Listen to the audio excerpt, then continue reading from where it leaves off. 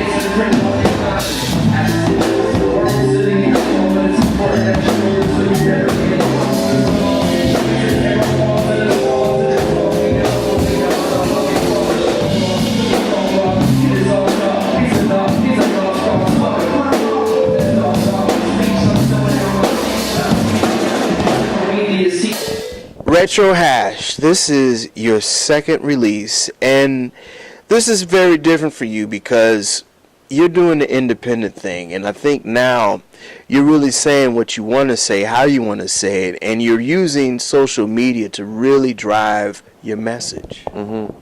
I like to use the term self-sufficient, you know, because I'm definitely not independent, man. There's such a team sport. Like, so many people, whether it be Olivia, like yourself, we're all in this together. You know what I mean? But, yeah, dude, social media, it's like really just like these kids are excited. We get to do these shows, whether it be in New York, Philadelphia, Boston. These kids want to help, you know? And not only that, with the Twitter and stuff like that, like, I get to say what I want to say. So just using it as I see fit and using it to my advantage. You are the message. What are you saying on RetroHash? I mean, I'm looking at the album cover and I'm like, okay, there's this bohemian MC doing the Kid Rock meets Andy Warhol meets. I mean, this is really a very unique look, as well as, and we're gonna go in the video also in just a second. Yeah, no, it's interesting, and it's hard for me to really define it too, but it is extremely genuine. Yeah, man, and really kind of putting a face to it and stuff like that, putting a whole feel to it. I can't say it was easy. We just did what came naturally, and like that's something that I think gets lost in a lot of the business of music. It's like, oh no, I don't like that, let's do that again, or it's, you know, multiple takes and multiple edits and auto-tune and all this and that. And we kind of just left that at the curb and just did what came naturally, and I think that's what you'll find really at RetroHash. Your video, I just think is very clever. I mean, you're asking people to pull a question from the box. Mm-hmm. You're not singing or rapping at all. Explain the concept of this. Yeah, my buddy Smash LaFunk, he had heard Fast Life, and Fast Life was such an important song for me, so I wanted to deliver a powerful message through video, because people are watching their music, so to speak. And he had just gotten back from Burning Man, and he was like, man, we were whispering in each other's ears, we are very lucky, and I wanted to talk to you about that. And I, at that time, and still will always, very much agree with that sentiment, like just not just in my business life, so to speak, but my life in general. What I feel, I'm very lucky for the opportunities that we have, and it really resonates whenever I talk to people that drive Uber or taxis and stuff that come over from other countries, and they talk about how great America is. And it really resonates. It's like, man, like we are very lucky in this country to have the opportunities that we have. So I thought it was no better place than downtown Los Angeles, where I feel like sometimes people really do take life for granted in LA, because it's really nice there, and they kind of just get in like a nice little cozy routine. And just let them know, man, like this life is beautiful. Use it to the fullest, and enjoy yourself. So it wasn't anything more complicated than just reminding people and seeing people, touching people. The same thing we do at live shows. Tangerine Girl is the new single, and it's funky, it's futuristic, and it's also Asher Roth. Yeah, man. I mean, that's it. It's really great to kind of not have a filter and not be scared, man. Not be scared about other people's expectations, and not worry about what people are going to think of you. And I think that comes with maturity. I think that comes with experience. But just one of those things where it's just being yourself and being okay with being yourself. You know, you are collaborating again with Blended Babies, who produced this record. First of all, let's talk about how you guys partner up, because you guys go back to the Pabst and Jazz mixtape, and now you have collectively allowed them to do this second project. How easy or how hard was it for you to do that? It was easy because it happened so naturally. I mean, JP and I have a strong relationship. So Blended Babies is two, JP and Rich. And JP and I have a strong relationship when he used to work with the Cool Kids. And Chuck and I and all those guys, we go way back. I mean, Chuck's in the I Love College video, Chuck and Twan. And, you know, JP and I have always kind of just, like, made music on the side, you know, as we were kind of going through all the major label stuff. And, like, you know, when we were off the clock, or if somebody left a session early, like, JP and I would throw something down and kind of have fun with it. And that kind of led us to Pabst and Jazz. Eventually, I had moved and done my first stint in Los Angeles, and JP was there. I didn't have a car, so I was home a lot, pretty lonely. And JP would just come over, and we'd just recording in the broom closet, and that gave us Pabst and Jazz.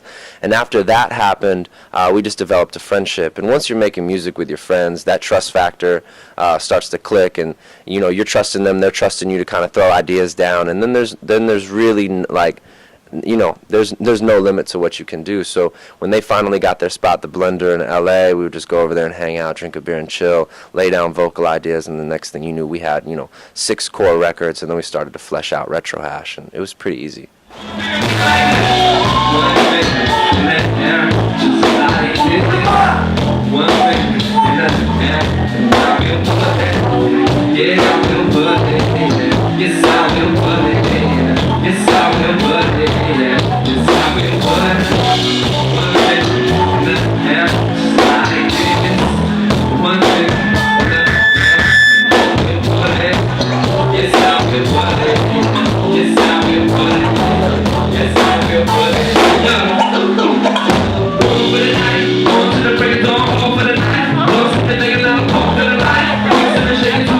Fight.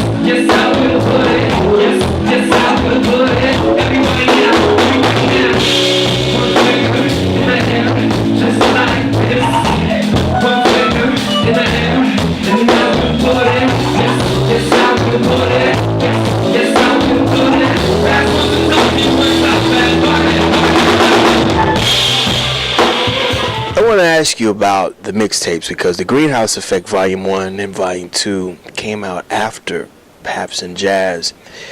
You think that hip-hop has taken the easy route with mixtapes of keeping the music fresh and keeping it out and consistent versus putting out a complete project?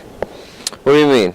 Because it seems like now, and especially in the 2000s, everybody was putting out mixtapes. Mm-hmm. And mixtapes, you heard extended remixes and new stuff.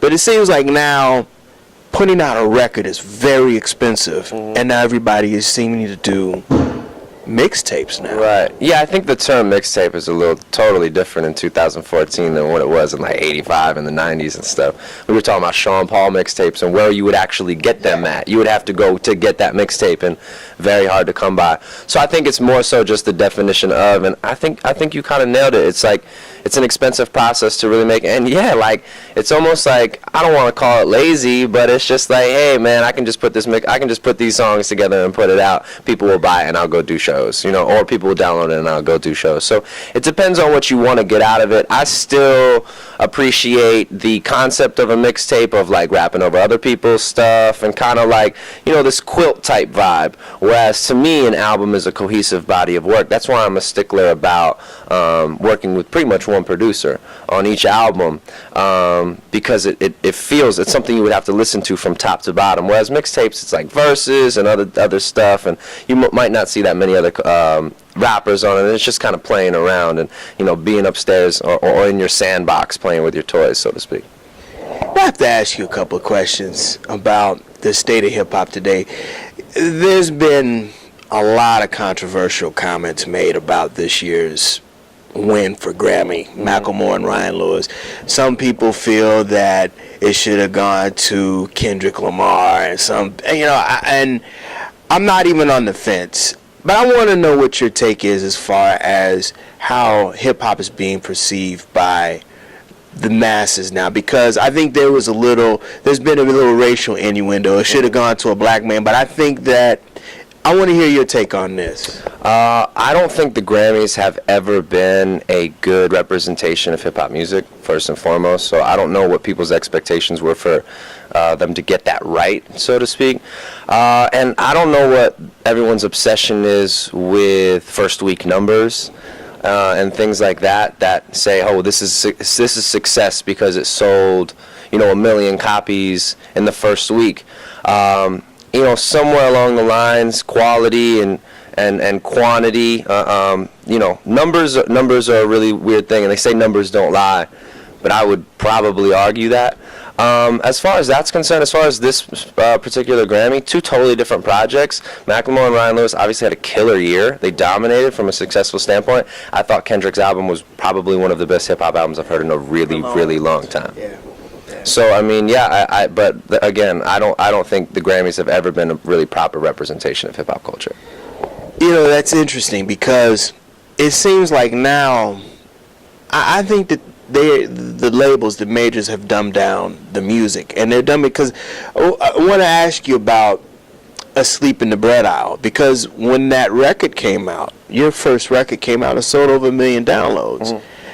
Do you think that the labels were looking for the part 2 and the part 3? Yeah, just because it's like one of those things. If it works, don't if it's not broken, don't fix it. So, and that it was tough because it was like, oh, Asher's our party guy. You know what I mean? He's the party dude. And I remember when I came with Grind, everyone was really excited about it, but they're like, we don't know what to do with this. That's not an easy sell. Do you know what I mean? How do you sell this?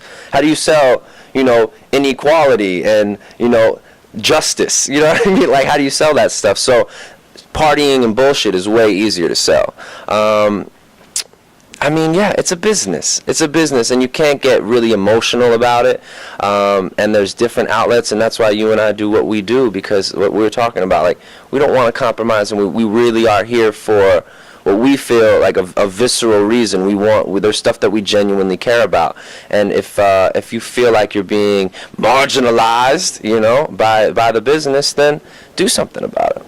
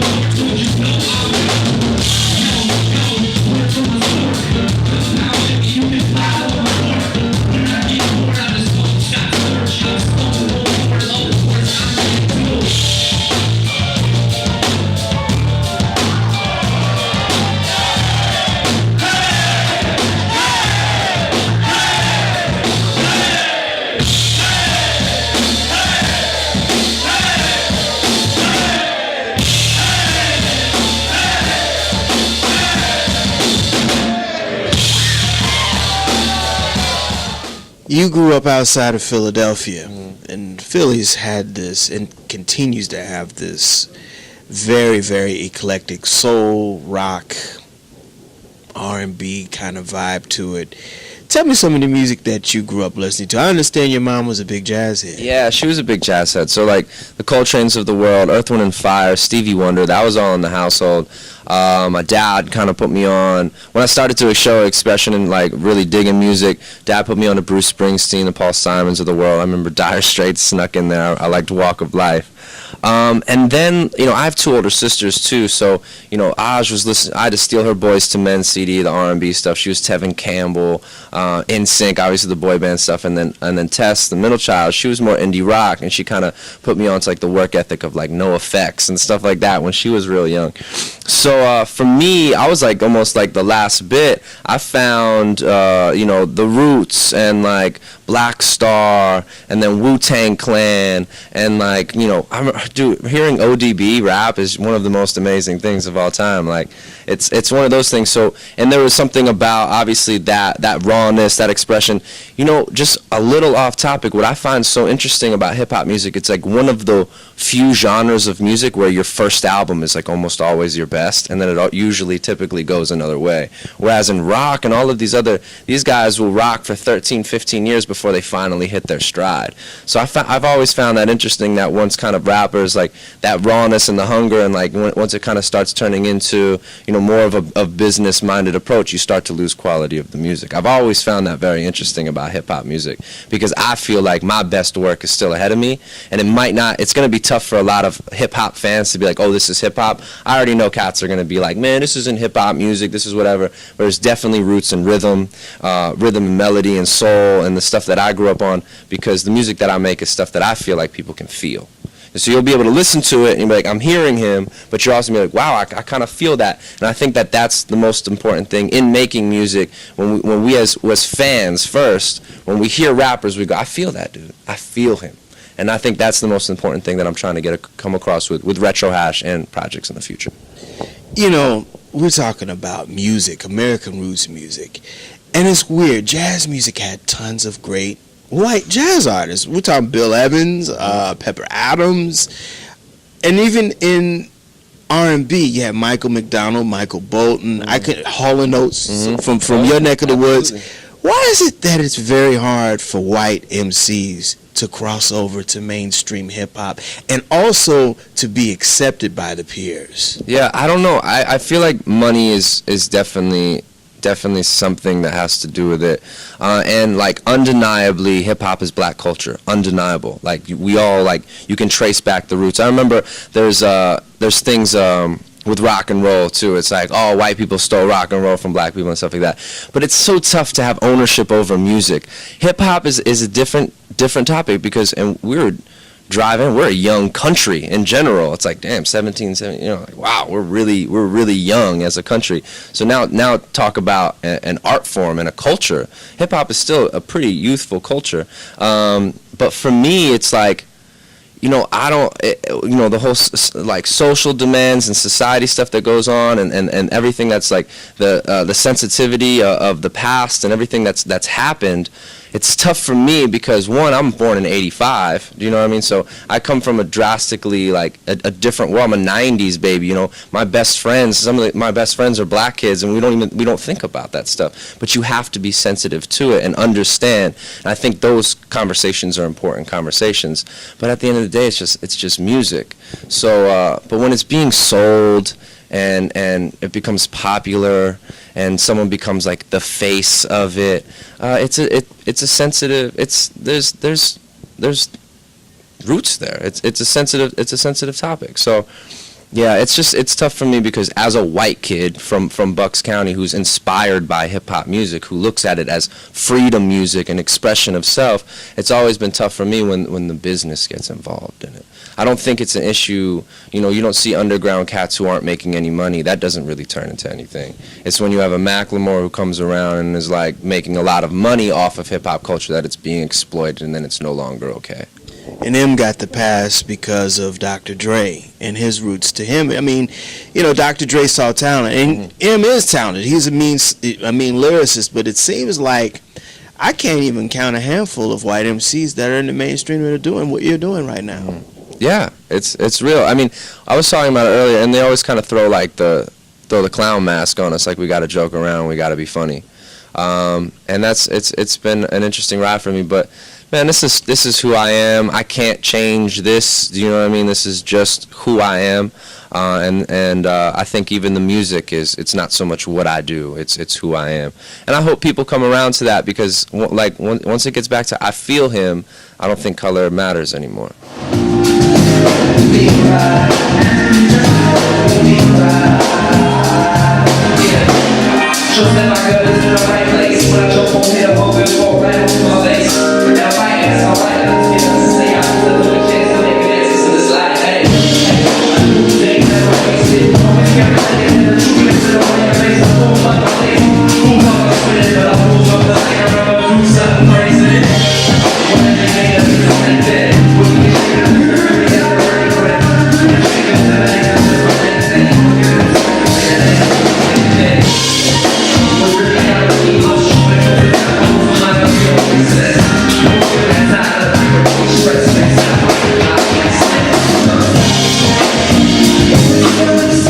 Another thing that you're doing with RetroHash, and you've done this with some of your other live shows over the last couple of years, you're using a live band. Always. And back in the day when I came up listening to hip-hop, there used to be a DJ that was associated with Public Enemy, EPMD, Salt and Pepper. What's happened to hip-hop? I mean, because it seems like, let's dumb this culture down a little bit. Let's dumb down the roots of the pure elements of hip-hop. Man, that's really not a question for me to answer. I can only, I just play my part. I've always been in love with the music. So, I use a live band because, like I said, I grew up, when I fell in love with the roots, man. That was just something, when being a young kid and watching it, that's it. And when I saw Jay-Z Unplugged, I was like, man, that's so tight. It just feels right for me. But even the art of the DJ, man, talk to some DJs about the art of the DJ. That's a real conversation, because DJing used to be, and still is, obviously, a very serious craft. My dude, DJ Recognize, who's up there, is so dope. And hearing him kind of talk about where DJing has gone, and for better or for worse, I love the fact that now more people can get into music, play with music, discover music. That's all fine and dandy. But making a living off of pressing a few buttons, that's a different discussion. So, but I think the bigger discussion more so is the art of DJing, in that question anyway. I think that's a long lost art. That's really important. Asher Roth, what's hip hop mean to you? Oh man, it's a life form, man. It's honestly, it's a way for me to wake up. It's funny, man. It's funny you asked that, because now that I'm in the independent route, we're making maybe $20 a show. I'm the last one to get paid. Do you know what I mean? So finding that motivation, so to speak, when especially in a capitalistic country where it's if you're making $5, $10, $15, $20, $25,000 a show, it's easy to get out of bed. You're I'm out. And it's been one of those things where when the bottom line comes in, it's okay, well, I can afford lunch. That's cool. You really have to make sure you really want to do this. And so when all that kind of went away and the reality really sunk in, I was I get to rap lines to my fans, and they recite them back to me, and it's stuff from La-Di-Da, where it's it's a cold world. Yeah, you got that right. I almost packed it all in on a spot last night. And it's and just talking about make one mistake, won't make that twice. Being able to basically talk to myself, make sense of the world around me, make sense of the relationships, take conversations that I'm having with you, turn them into rap form. That's just hip hop to me. It's just a way of living my life in rhythm, in rhyme form. That'll do it again for another edition of the Pace Report. I'm Brian Pace, reporting live here at the Westway here in New York City. I'd like to personally thank the talented Asher Roth for his time, as well as the staff and management here at the Westway for their warm hospitality. As always, please visit my website, www.thepacereport.com, for my weekly column as well as my past segments. Until next time, remember, if it's in the groove, it'll make you move. Until next time, peace.